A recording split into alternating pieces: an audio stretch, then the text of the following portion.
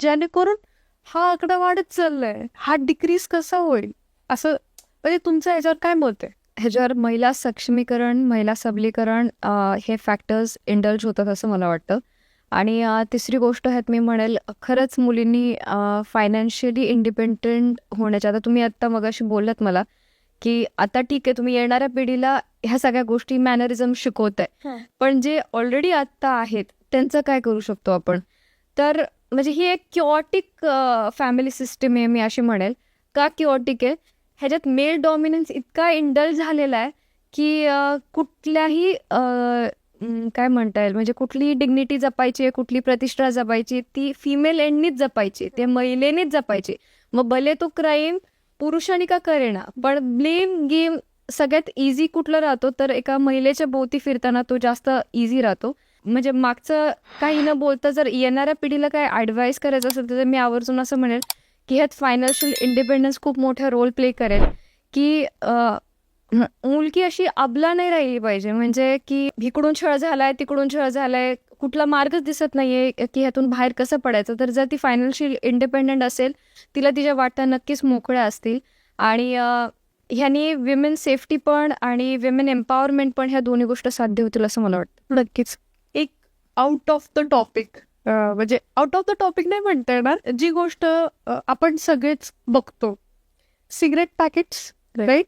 सहज जाऊन लोक दे परचेस ओपनली, मग ते कोणी पण असू दे, मुलगा मुलगी. Why then sanitary pads are given in to polythene bags? Right, this is wrong. कधी विचार केला या गोष्टीबद्दल? किंवा आपण बघतोय, आपण काहीच बोलत नाही पण या गोष्टीवरती, म्हणजे किती त्यांच्यासाठी ही नॉर्मल गोष्टच नाही आपल्या सराउंडिंग साठी, की तुम्ही सिगरेट्स असे डायरेक्ट पॅकेट्समध्ये काढून you go and smoke, and that is so casual. आणि तुम्ही ज्यावेळेस मेडिकलमध्ये जाताय and if you are buying a sanitary pad, तुम्ही ब्लॅक पॉलिथिन्स पेपर्स मध्ये घेऊन येताय. Why? That is definitely due to lack of knowledge. जर स्कूल एजेसमध्येच फक्त मुलींना ट्रेनिंग प्रोग्राम्स, हेल्थ प्रोग्राम्स न अरेंज करता, मला वाटतं हे जर एका ओपन बेसमध्ये मुलं पण त्या बाबतीत जेव्हा एड्युकेटेड फील होतील आणि जेव्हा त्यांच्या लक्षात येईल ही गोष्ट लपवण्यासारखी नाहीये, ही गोष्ट लाजिरवाणी नाहीये, दिस इज नॉट शेमफुल, ही गोष्ट जेव्हा सोसायटी अवेअरनेसमध्ये जेव्हा आत्ताच्या पिढीपर्यंत पोहोचेल, तेव्हा मला असं वाटतं या गोष्टी खरंच संपतील. कारण हे इतकं बेसिक आहे, म्हणजे येस. हे जर नाही तर हा अख्ख्या सृष्टीचीच निर्मिती नाहीये, म्हणजे हे आहे म्हणूनच म्हणजे आपण सगळेजण आहोत. त्यामुळे ह्याच्यात लपवण्यासारखं, लाजिरवाणा वाटण्यासारखं खरंच काही नाहीये. आणि इनफॅक्ट हे जितकं जेवढं हाईड केलं जाईल, जेवढं लपवलं जाईल, तेवढं ते आउट ऑफ क्युरियोसिटी चुकीची पण इन्फॉर्मेशन, मिसइन्फॉर्मेशन जास्त स्प्रेड होते. त्यामुळे मला वाटतं स्कूल एजेसमध्ये, म्हणजे माझ्या स्कूलने तर हे केलेलं आहे आणि I can proudly say that, की माझ्या स्कूलमध्ये फक्त women safety and hygiene programmes न घेता या गोष्टीचा अवेअरनेस, कोएड स्कूल असल्यामुळे हे मुलांपर्यंत पण पोचलेलं आहे. आणि ह्या त्या एजमध्ये जिथं चुकीची इन्फॉर्मेशन कानावर पडायच्या आधीच जर ॲक्युरेट इन्फॉर्मेशन जेव्हा पडते, तेव्हा मुलांना त्याच्या बाबतीत काही मिसकन्सेप्शन्स पण राहत नाहीत. पुढे जाऊन कुणाला त्याच्या बाबतीत काही दुविधाही वाटत नाहीत. त्यामुळे मला वाटतं अशा फॅक्टर्समध्ये स्कूल्स खूप मोठा रोल प्ले करू शकतील. जे एज त्यांचं ॲडॅप्टिंग एज आहे, जिथं त्यांच्या डोक्यात पूर्ण मोठी स्कोप आहे चांगलं इन्फॉर्मेशन भरण्याची, त्या एजमध्ये मुलांना या गोष्टींबाबतीत एड्युकेटेड करणं जास्त गरजेचं आहे. ऑल्सो म्हणजे काय होतं की ज्यावेळेस पिरियड्स हा ज्यावेळेस पॉईंट येतो, त्यावेळेस सगळ्या मुलांना असं दाखवलं जातं की no, this is not for you, है ना? आणि this is the point coming from school itself. हे एज्युकेशन थ्रूच पुढे येणार आहे. किंवा ज्या पण महिला घरी आहेत त्यांनी एज्युकेट करावं कुठेतरी त्यांच्या मुलांना की दिस इज नॉर्मल, ह्या गोष्टी ॲबनॉर्मल सारख्या काही नाही आहेत. ह्याला इलॅबरेट करताना मी एक एक्झाम्पल देईल. For the sake that I have a 3 year old toddler. त्याला खूप क्युरियोसिटी असते, राईट? आता त्याचं लर्निंग एज आहे की तो सगळ्यांना, म्हणजे ही वॉन्डर्स अराउंड द हाऊस आणि तो सगळ्यांना विचारणार की हे काय आहे, हे कशासाठी आहे. आपण साधं त्याला म्हटलं आज जायचंय, मग आज कुठे जायचंय, मग आज इथे जायचंय, मग आज का जायचंय, कशासाठी जायचंय, तिथं गेल्यावर आपण काय करणार आहे, तिथं कुणाला भेटणार आहे. आउट ऑफ क्युरियोसिटी जे क्वेश्चन्स जनरेट होतात, त्याच्या आधीच जर आपण एखाद्याला पूर्ण इन्फॉर्मेशन प्रोव्हाइड केली की this is where we are going आणि आपण ह्याच्यासाठी जाणार आहे, त्याच्यात काही क्वेश्चन्सच राहत नाहीत. त्यामुळे मला असं वाटतं ज्या लर्निंग एज मधली मुलं मुली आहेत त्यांना तुम्ही त्यांना इसेन्शियल असणारी पूर्ण इन्फॉर्मेशन जेव्हा प्रोव्हाइड करता तेव्हा मिसकन्सेप्शन उभा राहतील, अशा काही गोष्टीच राहणार नाहीत. अजून एक मुद्दा मला असा मांडायचा आहे की ज्या वेळेस एखादी महिला काम करते, लाईक सोशल वर्क करते, आणि कधी कधी कसं होतं, त्याचा जो मूळ काम समजा एका महिलेचं आहे, okay, if I consider you, की तुम्ही आता घरोघरी पोचल्या आहात, सगळ्यांच्या सोबत काम करताय, एखाद्याची तुम्हाला माहिती की बाबा ह्या व्यक्तीची ही अडचण आहे, त्या व्यक्तीची ती अडचण आहे, त्याचं जर श्रेय एखाद्या दुसऱ्या व्यक्तीला जाते, किंवा let's come to the point की तुमच्या हस्बंडला जाते, तुमच्या नवऱ्याला जाते, ते कुठपर्यंत तुम्हाला योग्य वाटतं? कारण ह्याचा पुढचा प्रश्न वेगळा असणार आहे. हे कुठपर्यंत तुम्हाला योग्य वाटतंय? मला असं वाटतं ज्यांनी जे कार्य केलंय, जो जे कार्य अगदी निष्ठेने करतोय त्याला त्याचं श्रेय मिळालं पाहिजे. आता कमिंग बॅक टू राजकारण की महिला सीट ज्यावेळेस पडते ना, त्यावेळेस पुरुष जो खरंच राजकारणामध्ये, आता त्यांच्याकडे तर पॉइंटच नाही उभं राहण्याचा, कारण सीट तर महिलेला पडली, कधीच ती व्यक्ती महिला घराच्या बाहेर पडलेली नसती, तिला उभं केलं जातं.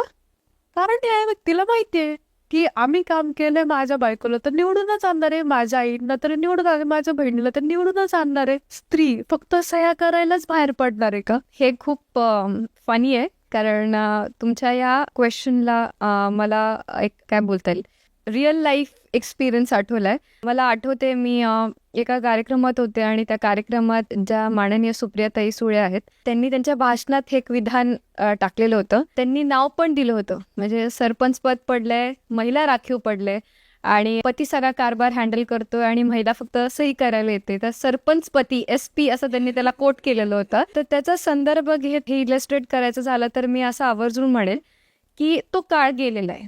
तो काळ का गेलेला आहे? आता महिला खरंच तेवढ्या कर्तव्यक्षम झालेल्या आहेत, त्या तळागाळात पोचतायत, त्या तेवढ्या निष्ठेने कार्य करू बघतायत. मग जर खरंच महिला सक्षमीकरण, सबलीकरणाचा हेतू साध्य करण्यासाठी महिला राखीव अशा जर सीट्स पडत असतील तर त्या ठिकाणी त्या सुटेबल अशा उमेदवारीलाच, म्हणजे त्यांनाच कॅन्डिडेटशिप द्यावी, असा बदल मला असं वाटतं वरिष्ठांनी करण्यात यावा असं मला वाटतं. म्हणजे पॉलिटिक्स हे केवळ प्रेस्टीज आणि मानपान आणि प्रतिष्ठा ह्याच्याकडे न बघता, पॉलिटिक्स हे new administration for better India, for young India असं थोडंसं धोरण राबवण्यात यावं. कारण हे सगळं म्हणजे अख्खा देश चालवायला जे फंड्स जनरेट होतात त्या कुणाच्या तरी हार्ड अर्न्ड मनीमधला एक पार्ट ज्यात कॉन्ट्रीब्यूट होतो ॲज टॅक्सेस, आणि तेव्हा कुठे फंड्स जनरेट होतात आणि तो फंड्स कॉन्स्टिट्युएन्सी चालवायला वापरला जातो. तर तो किती वाईजली वापरला पाहिजे आणि तो एका कॅलिबर असलेल्या व्यक्तीला हाताळण्यात यावा, असा सुधार मला असं वाटतं येणाऱ्या जनरेशन्सच्या इंडियन पॉलिटिक्समध्ये व्हावा, असं माझी मनापासून इच्छा आहे. अगदीच. आता त्याच्या पॉइंटला स्टिक मला अजून एक गोष्ट सांगायची की मी बघते आता की जस्ट सगळ्या निवडणूक लागतात आहेत, तर महानगरपालिका असू दे, पंचायत समिती असू दे, ZP असू दे, मला असं वाटतं की जिथे महिलांचं सीट आहे ना, तिथे खरंच जी महिला त्या वॉर्डामध्ये, त्या प्रभागामध्ये, त्या जिथे कुठे खरंच त्या महिलेने काम केलंय ना, खरंच त्याला सीट जावं आणि ती महिला मग आपोआपच निवडून येते. बरोबर. गरजच नाही लागत की मी अशा कोणीतरी कोणीतरी आहे आणि मग मला तुम्ही वोट द्या. ज्यांनी काम केलंय त्याला मतदान मिळणारच आहे. बरोबर आहे. तुम्ही इंटरेस्टेड आहात का? जर आता एवढं सगळं सोशल वर्क तुमच्या थ्रू होत आहेत, तर तुमचा काय व्ह्यू आहे पॉलिटिक्समध्ये? मला नाही वाटत पॉलिटिक्स हा माझा फॉर्ट आहे. ओके. का नाही वाटत? समाजकारणात सुद्धा ते हेतू साध्य करतात जे राजकारणात करता येत नाहीत. राजकारण, मी असं म्हणणार नाही politics is all about diplomacy, हा, but it is somewhere about diplomacy. Ma'am आता आहे ना सोशल मीडिया इज बूमिंग, म्हणजे without social media there is no life. मग ते कुठल्या पण एज ग्रुपमध्ये असू द्या, बट तुमच्या it's like from your end एखादा संदेश युथला, युवा पिढीला, की तुम्ही ह्याचा कसा सदुपयोग केला पाहिजे. टू बी व्हेरी फ्रँक, आजची म्हणजे मोबाईल्स इतके हँडी आहेत आणि सोशल मीडियावरती एखाद्या बाबतीत जजमेंट आणि कमेंट पास करणं इतकं ॲक्सेसेबल आहे. It's just like snapping your fingers. तर मला असं वाटतं यंग जनरेशनचं झालंय काय, एका दुसऱ्या एंडला बसून एका स्क्रीनच्या आड एखाद्या बाबतीत नेगेटिव्ह कमेंट पास करणं हे खूप सोपं झालंय. म्हणजे गव्हर्नमेंट अशा धोरणांमध्ये चुकलंय, सोसायटी रन होताना अशा कम्युनल नॉर्म्समध्ये इतक्या गोष्टी चुकीच्या घडल्यात, हे आपल्याला म्हणणं खूप सोपं आहे. मला या यंग जनरेशनला जर काही संदेश द्यायचा असेल तर तो ॲब्सोल्युटली हा असेल की मला असं वाटतं ह्या युवा पिढीनी जी एड्युकेटेड आहे, लाईक फाईनली एड्युकेटेड आहेत, त्यांनी सोसायटीमध्ये चेंजेस आणण्यासाठी, ॲडमिनिस्ट्रेशनमध्ये चेंजेस आणण्यासाठी ह्याचा एक पार्ट बनायला ट्राय करणं खूप गरजेचं आहे. मी म्हणत नाही ओनली पॉलिटिक्स, बरोबर. पण तुम्ही सोशल वर्कच्या माध्यमातून पण या सोसायटीचा एक अविभाज्य भाग बनवू शकता, असं मला या यंग जनरेशनला संदेश देऊ इच्छिते. Okay, coming to the end. Okay, what do you think की तुमचा नेक्स्ट 5 yearsचा रोड मॅप काय असेल? मला खरं तर म्हणजे इतकी अटॅचमेंट रुरल डेव्हलपमेंट आणि विमेन वेलफेअरमध्ये झालेली आहे की ह्या 2 ॲस्पेक्टचा जर मी समतोल साधायचा बघितला, but I tell you this is just in my head. म्हणजे ह्याचा कुठला ब्लू प्रिंट नाही आहे किंवा अजून मी ते फील्डवर काही इम्प्लिमेंट केलेलं नाही. पण मला जेवढं ॲनालिसिस माझं झालेलं आहे त्याच्यावर मला लक्षात आलं आहे की जे रुरल एरियातल्या महिला असतात, ज्या सामान्य ग्रामीण महिला आहेत, त्या तेवढ्या टेक्निकल स्किल्समध्ये एम्पावर्ड नसतात. म्हणजे तुम्ही त्यांच्याकडून एखादा टेक्निकल सॉफ्टवेअरचा आउटकम नाही मागू शकत आहे, पण त्यांचा कल कशात जास्त असू शकतो. तर मला असं वाटतं फूड, टेक्स्टाईल्स, फॅब्रिक्स, डिझायनिंग हे असे सेक्टर्स आहेत जे त्यांच्या खूप जवळचे आहेत आणि त्यात त्यांना ते आकलन करायलाही जास्त सोपं जाईल. तर मला असं वाटतं, आणि थोडंसं ते माझ्या डोक्यात भुनभुन चालू आहे की जर काही करायला, महिलांखातर काही करायचं झालं किंवा त्यांच्या खातर काही साध्य करायचं झालं तर या सेक्टर्समध्ये या सामान्य महिला घेऊन मला काम करायला खूप आवडेल. Okay, do you like cooking? आवडते का कुक करायला? आधी अजिबात नाही, आता प्रचंड आवडते. मला माहित आहे की वैयक्तिक लेवलला इतके चेंजेस झालेत. मला ह्याच्यावर जर खरंच बोलायला आवडेल, म्हणजे तमाम महिलांना खरंच खूप मोठा सलाम आहे माझ्याकडून, कारण आपल्याकडे ती ब्लेंडिंग करण्याची इतकी कॅपॅसिटी असते ना. म्हणजे विचार करणं, स्वतःचं घर सोडून यायचं, नवीन घरात वावरायचं, ती माणसं आपलीशी करायची आणि त्यात स्वतःच्या ड्रीम्सचा, ॲस्पिरेशनचा आणि घरातल्या रीतीभातींचा समतोल साधायचा. म्हणजे सगळे कॉम्प्रोमाइजेस महिलांच्या एंडलाच आहेत, पण मला असं वाटतं ते आहेत कारण आपल्याकडे तेवढी कॅपॅसिटी आहे आणि ती नैसर्गिक आहे. आणि माझ्या मम्मीला तर जेव्हा पण आमचं बोलणं होतं, मम्मी म्हणते तू साधा आयता केलेला डब्बा पण आजपर्यंत शाळेत जाताना कधी पॅक केलं नाही. म्हणजे तिची माझी त्याच्यावरून असायचं. मी म्हणायचे मी नाही करणार, आणि मम्मी म्हणायचे अगं डब्बा आयता भर तरी उशीर झालाय. पण ते मी आजपर्यंत कधी केलेलं नव्हतं. आणि आता म्हणजे अचानक जेव्हा आपण फॅमिली व्हॅल्यूज इन्कल्केट करतो आणि घरातली आपलीशी करायला पाहतो, तेव्हा अपसूक असा मार्ग हा किचनच असतो आणि तिथनं सुरुवात होते अशीच हळूहळू यूट्यूबवरती, इन्स्टावरती रेसिपीज बघून. आणि त्यात जास्त मला असं वाटतं माझ्या मुलाचा जास्त हस्तक्षेप आहे, कारण बेबी रेसिपीज कोणत्या बघायचं झालं तर म्हणजे आता ते जुन्या माणसांना ते खरं वाटत नाही का, no sugar no salt till the age of 1. तर ते असं मी जेव्हा ते घरी केलं होतं ते बाकीचे म्हणायचे त्याला चवच कळत नाही, तर मग काय त्याला साखर, म्हणजे तू असं बेचव काहीतरी खायला घालती वगैरे. मग त्याच्यावर मला अजून आठवते माझे स्वतःचे चुलते पीडियाट्रिशियन आहेत आणि त्यांनी मला स्ट्रिक्टली सांगितलं होतं की मुलगा 1 वर्षाचा होईपर्यंत जास्त शुगर, सॉल्ट नाही टाकायची त्याच्या जेवणामध्ये. मग मी त्यावेळेस सगळ्यांना म्हणायचे की त्यांना चव कळत नाही म्हणूनच त्यांना ते अवॉइड करायचं, that is not good for their health. म्हणजे अशा काही मजेशीर अशा गोष्टी आहेत जिथं नवीन पिढी आणि जुनी पिढी एक समतोल बॅलन्स राखायला ट्राय करत असते का जॉईंट फॅमिलीमध्ये. पण that is the beauty I think, की एवढे सगळे डिफरन्सेस असून सुद्धा ती एक ओढ आहे की एकत्रच पुढं जायचं आहे. मामांबद्दल 2 शब्द. रिसेंटली मी ऐश्वर्या राईचं एक स्टेटमेंट पाहिलं होतं. ती she was on the same stage as Narendra मोदीची. ओके. आणि त्यावेळेस त्यांनी एक खूप सुंदर असं वाक्य बोललं होतं, there is only one caste that is caste of humanity and there is only one religion that is religion of love. तर अगदी 100% असा समतोल राखणारा नेता मी जर आज लहानाची मोठी होताना बघितला असेल तर ते खरंच आदरणीय मामा असतील. मी आजपर्यंत त्यांच्या एंटायर पॉलिटिकल जर्नीमध्ये कधीच कुणाला डिफरन्शिएट आणि ते पण कास्टिझमवरती करताना तर अजिबात पाहिलेलं नाही आहेत. मुळातच आमच्या अख्ख्या घरात दर्ग्याला जायची प्रथाच मामांनी पाडली आहे. म्हणजे मामा राजस्थानच्या अजमेरच्या दर्ग्याला कायम भेट देतात आणि तिथूनच ते व्हॅल्यूज आमच्या फॅमिलीमध्ये इन्कल्केट झालेत. म्हणजे जेवढे आम्ही आपल्या दैनंदिन जीवनातल्या ज्या ट्रेडिशन्स आहेत त्या फॉलो तर करतोच, पण हे आउट ऑफ द सिलेबसच मी म्हणेल की त्याच्या बाहेरचे जाऊन ज्या गोष्टी आहेत, म्हणजे दर्ग्याची विजिट असेल वगैरे, हे सगळं आम्ही मामांकडून शिकलेलो आहे. म्हणजे जे आता जे कास्ट डिस्क्रिमिनेशनवरती जे पॉलिटिक्स चालतं ते मी घरात तर कधी होतानाही बघितलं नाही. ओके, कसं वाटलं पॉडकास्टला येऊन? प्रचंड छान वाटलं.